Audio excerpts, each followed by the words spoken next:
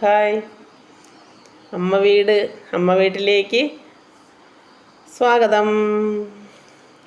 അപ്പോൾ നമ്മൾ കണ്ടിട്ട് കുറച്ച് ദിവസമൊക്കെ ആയല്ലേ. അപ്പം നമുക്ക് കഥ കേൾക്കണ്ടേ? നമ്മൾ കഥ കേട്ടിട്ട് കുറച്ച് ദിവസമായല്ലോ. എൻ്റെ കൂട്ടുകാർക്ക് കഥയൊക്കെ കേൾക്കണ്ടേ? ഓടി വരൂ, നമുക്കൊരു കുഞ്ഞു കഥ കേൾക്കാം. ആനയൂർ ഗ്രാമപഞ്ചായത്തിൽ ഒരു കൃഷിക്കാരൻ ഉണ്ടായിരുന്നു. അധ്വാനിയും എല്ലാവരെയും സഹായിക്കാൻ മനസ്സുമുള്ള ഒരു സുബ്ബയ്യ എന്നു പേരുള്ള ഒരാളായിരുന്നു. എല്ലാവർക്കും ആ ആളിനെ ഇഷ്ടമായിരുന്നു. ആ ദേശത്തുള്ളവർക്കും ഇഷ്ടമായിരുന്നു. ആ മനുഷ്യന് ഇഷ്ടമായിരുന്നു. ഭാര്യയും 2 മക്കളുമായി ഒരു കൊച്ചു വീട്ടിലായിരുന്നു താമസം. വീടിനടുത്തുള്ള ഒരു തോട്ടത്തിൽ കൃഷി ചെയ്ത് അതിൽ നിന്ന് കൃഷി ചെയ്ത് കിട്ടുന്ന പച്ചക്കറി അടുത്തുള്ള ചന്തയിൽ കൊണ്ടുപോയി കൊടുത്ത് കിട്ടുന്ന കാശ് കൊണ്ടാണ് ആ കുടുംബം പോറ്റിയിരുന്നത്. മക്കളെയും കൂട്ടി കൃഷി ചെയ്യുന്ന കാഴ്ച കാണാൻ തന്നെ, ഭാര്യയും മക്കളെയും കൂടെ കൂട്ടി ആ കൃഷി ചെയ്യുന്ന കാഴ്ച കാണാൻ തന്നെ എന്തു ഭംഗിയാണെന്നറിയാമോ? അച്ഛാ, വെണ്ടയ്ക്ക ഞാൻ പറിക്കാം. അപ്പം അടുത്ത മോൾ പറയും, മോൻ പറഞ്ഞു വെണ്ടയ്ക്ക ഞാൻ പറിക്കാം. അടുത്ത ആൾ പറഞ്ഞു കോവയ്ക്ക ഞാൻ പറിക്കാം എന്ന് അവർ മത്സരിച്ചാണ് ഓരോന്നും ചന്തയിൽ കൊണ്ടുപോകാനായിട്ട് പറിച്ച് ശേഖരിച്ച് വയ്ക്കുന്നത്. പടവലം നോക്കിയിട്ട് പരുവമായി വരുന്നതേ ഉള്ളൂ. അത് നമുക്ക് അടുത്ത ആഴ്ച പറിക്കാം. അങ്ങനെയാണ് കൃഷിയുടെ ഓരോ ഇതും നമ്മൾ നോക്കി പരുവമായി വരുന്നത്. ഓരോന്നായിട്ട് സുബ്ബയ്യ മക്കളുടെ അടുത്ത് പറയുകയാണ്, നമുക്ക് പരുവമായത് മാത്രം പറിച്ച് ഇന്ന് നമുക്ക് ചന്തയിലേക്ക് കൊണ്ടുപോകാം. അങ്ങനെ മക്കളെ സൂക്ഷിക്കണേ എന്ന് ഭാര്യ മക്കളടുത്ത്, അതായത് അമ്മ മക്കളടുത്ത് വിളിച്ച് പറയുകയാണ്. വെണ്ടയ്ക്ക, കോവയ്ക്ക, വഴുതനങ്ങ, പാവയ്ക്ക, പടവലം, കുമ്പളങ്ങ, തേങ്ങ, നാരങ്ങ വാങ്ങാൻ വായോ നാട്ടാരെ, അച്ഛൻ ഉറക്കെ വിളിച്ചു പറഞ്ഞു.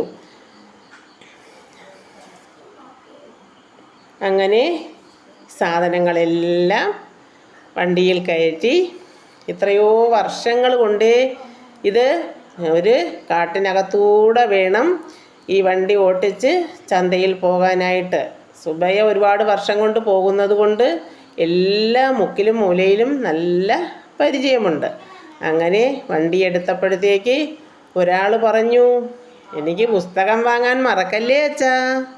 അപ്പോൾ അടുത്തയാൾ പറഞ്ഞു, അച്ഛാ എനിക്ക് കളർ പെൻസിൽ വാങ്ങാൻ മറക്കല്ലേ എന്ന് അടുത്തയാൾ പറഞ്ഞു. ഇല്ല മക്കളെ, ഒന്നും വാങ്ങാൻ അച്ഛൻ മറക്കില്ല, ടാറ്റാ എന്ന് മക്കൾ ടാറ്റയും പറഞ്ഞ് അച്ഛനെ ചന്തയിലേക്ക് വിട്ടു. അങ്ങനെ പോകുന്ന വഴിക്ക്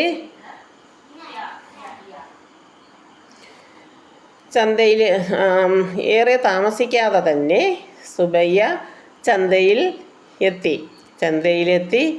എത്തിയപ്പോൾ ചന്തയിലെ മത്തായി എന്ന് പറയുന്ന ഒരാളിൻ്റെ കടയിലാണ് സുബ്ബയ്യ പച്ചക്കറിയെല്ലാം കൊടുക്കുന്നത്. ദാമു സുഖമാണോ? ദാമു കൊണ്ടുവരുന്ന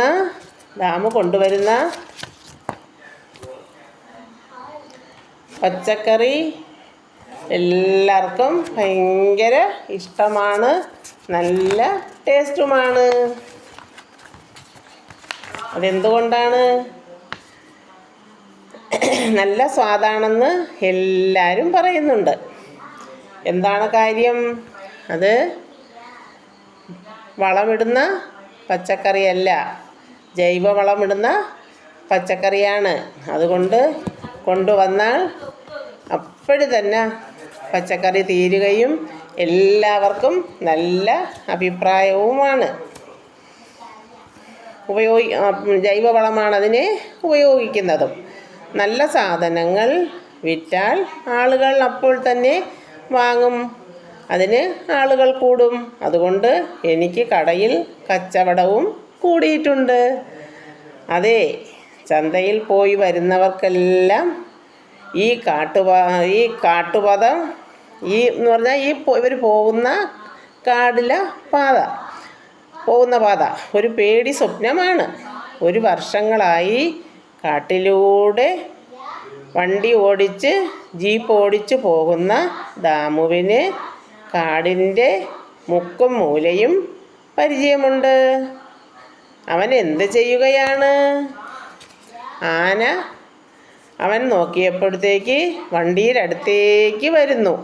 ആനയുടെ കണ്ണിൽ നിന്ന് വെള്ളം ഒലിച്ചൊലിച്ചു വരുന്നു. അപ്പോൾ മനസ്സിലായി, ആന എന്തോ സങ്കടത്തിൽ എന്നെ ആശ്രയിക്കാനായി വരികയാണെന്ന്. അങ്ങനെ സുബയ്യ ആനയുടെ അടുത്തേക്ക് ചെന്നു.